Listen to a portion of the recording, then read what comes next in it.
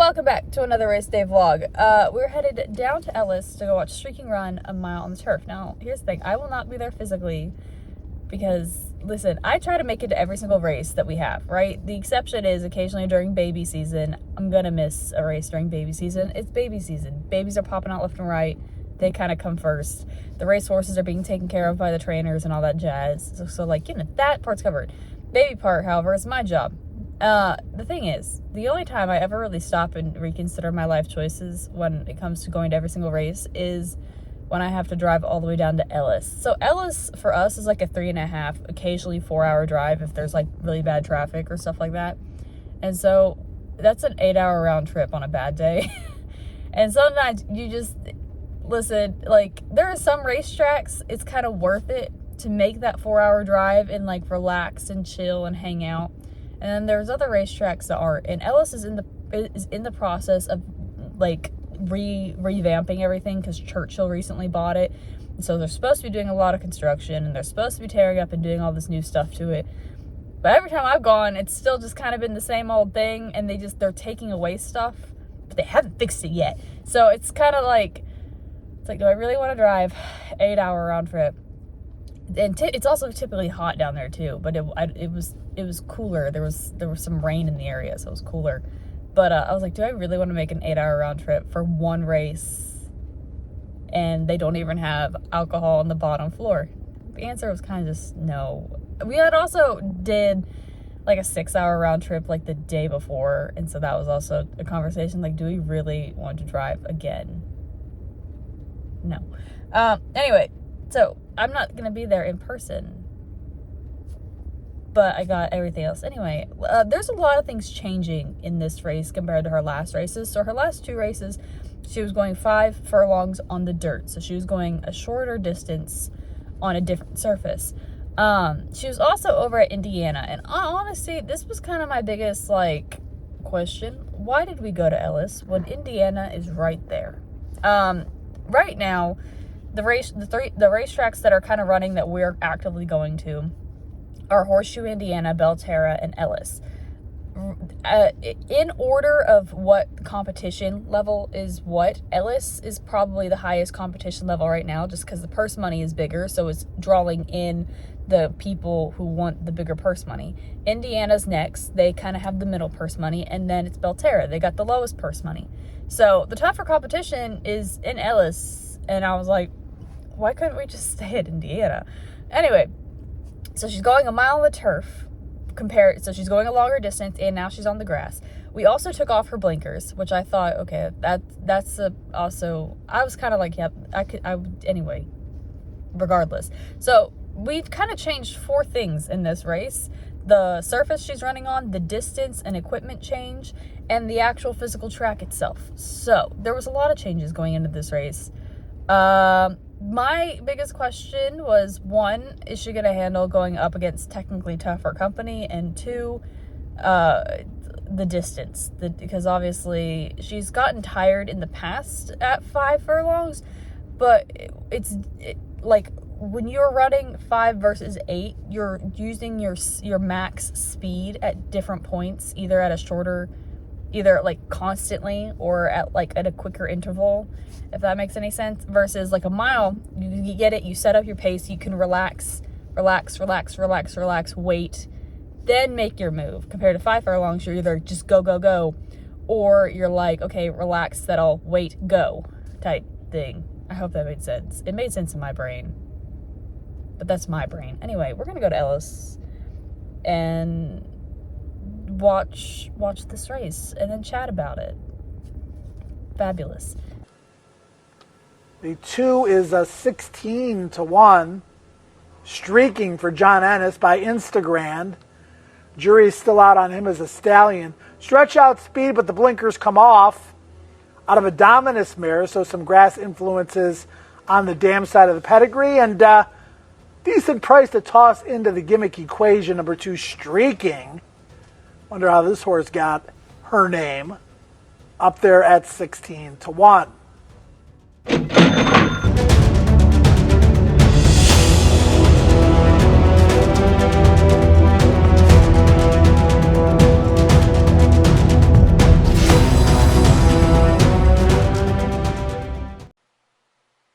ready for the 2-year-old fillies.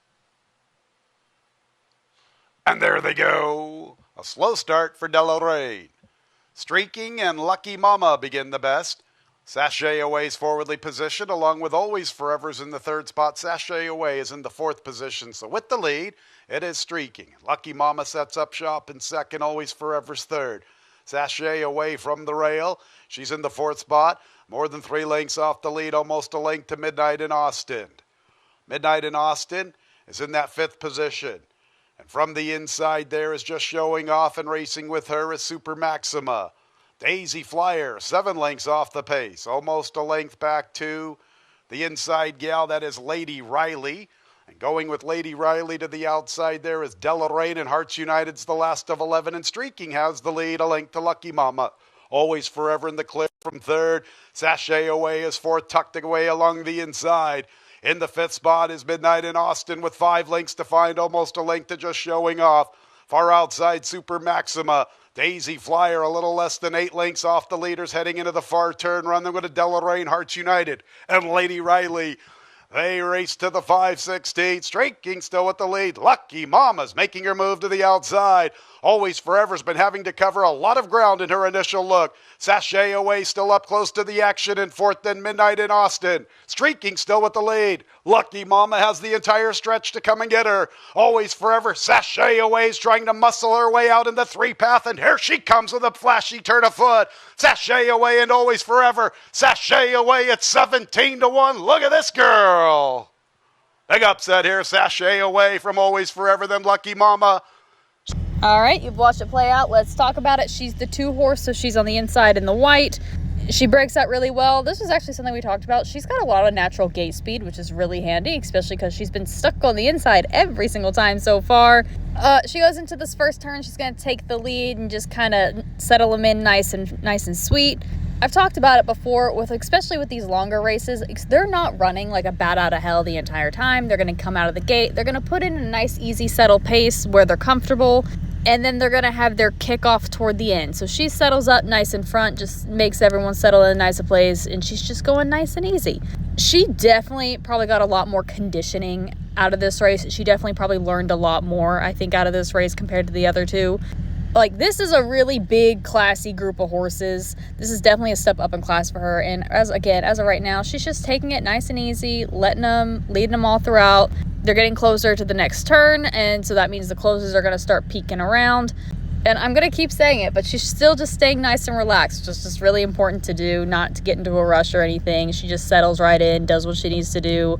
As we come into this turn, and now here comes the rest of the group. Just kind of slowly, we're getting there. I'm not gonna lie, I was actually a little surprised that the 1 ran as well as she did. She was pretty antsy up in the paddock at one point, and when they first headed out to the track. What I like right around here is she really kind of fights for her little spot. Like, you could kind of tell, where is it? Right here. Like, here she's actively still trying to put away the 4. She's still trying here. The 1 and the 5 just have too much horse on the inside. She kind of ducks just a little bit to the rail, and you can tell here she just got tired, but she really did fight for that little placing that she did end up getting. So yeah, overall, that actually really wasn't a bad race. If you, granted, if you're looking just at the number, because she like finished what, 6 or 7, something like that. If you look at it, you're like, but she finished all the way down here. Yes, but considering all the variables we changed, like, you know, she took off the blinkers, we moved her from dirt to turf, we moved her from being a sprinter to a miler, we took her to a different racetrack. Not only did we take her to a different racetrack, but we took her to a racetrack where the competition and the pedigree of horses is a lot tougher than what she's been running at.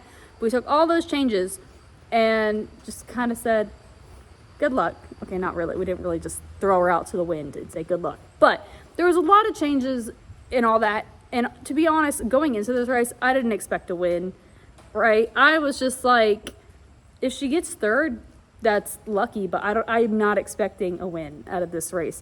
That being said, though, she did get a lot more fitness. Like, this was a really good fitness test for her. She obtained a lot more miles. She obtained a lot more race education. This was a really just good general experience and fitness booster for her, if that makes any sense. Ideally, in Happily Ever After land, I would like to see her either drop back just a hair, back to either 6 or 7 furlongs on the turf, preferably Indiana, so I don't have to make an 8-hour car drive. So that I think if that happens in like 4 to 6 weeks, I wouldn't be surprised if she actually wins next time out, or is like a really, really solid second, third type situation. Like, I expect a good race next time out, if that makes any sense. Like, I knew coming into this race, I was like, she's probably not going to win. But coming into the next one, so if we're, back in Indiana, preferably on the turf, I expect good things to happen. Fabulous. Awesome. I don't know. Anyway, I'm not the trainer. I don't know what the actual plan is for next time. They'll tell me when they decide it. Who is next on our roster, though? Mikasa, probably. Either Mikasa or Peach. When or where they're going to run. I expect Mikasa to run probably at Belterra or Indiana. Ideally on the turf is what they're looking for. Peach, Belterra somewhere. Or Belterra for sure. But where, when, who knows. We got some time. Anyway, in the meantime, I'm going to hopefully finish the sale video stuff. And, well, hopefully the next time y'all see me, I'm out of this thing. And I can start riding you again. Actually, I'm not going to lie. I think every equestrian knows I've been riding without not being supposed to. I've just been riding her, though, in my defense, because I know if she's not going to throw me off, and if she does, it's because we're dying. She's my good old trusty, okay, who's very fat right now. She's always very fat. But she's pretty much been the only one I've been riding. So the boys have been vibing. And he was supposed to show this year, but that kid broke my arm. So, and then also, I need to put a first ride on this kid and find him a new home, because the whole reason I was holding off on listing him for sale is because his feet were just very small and very sore, and his feet needed some work. And now his feet look great. Me and my farrier did an amazing job, got him on the right path. So now he's ready to find a new home. And I've listed him before putting rides on before the track, and everyone's just like, why? What do you mean, why? He's a cheap dressage horse or dressage prospect. And everyone's like, dressage, why don't you want him to jump? He doesn't want to jump. He just wants to dance, man. That is a very difficult concept to explain to people, that sometimes a horse is allowed to pick their job. Anyway, now that I'm done rambling, I guess I will see you all next time. When that will be, who knows?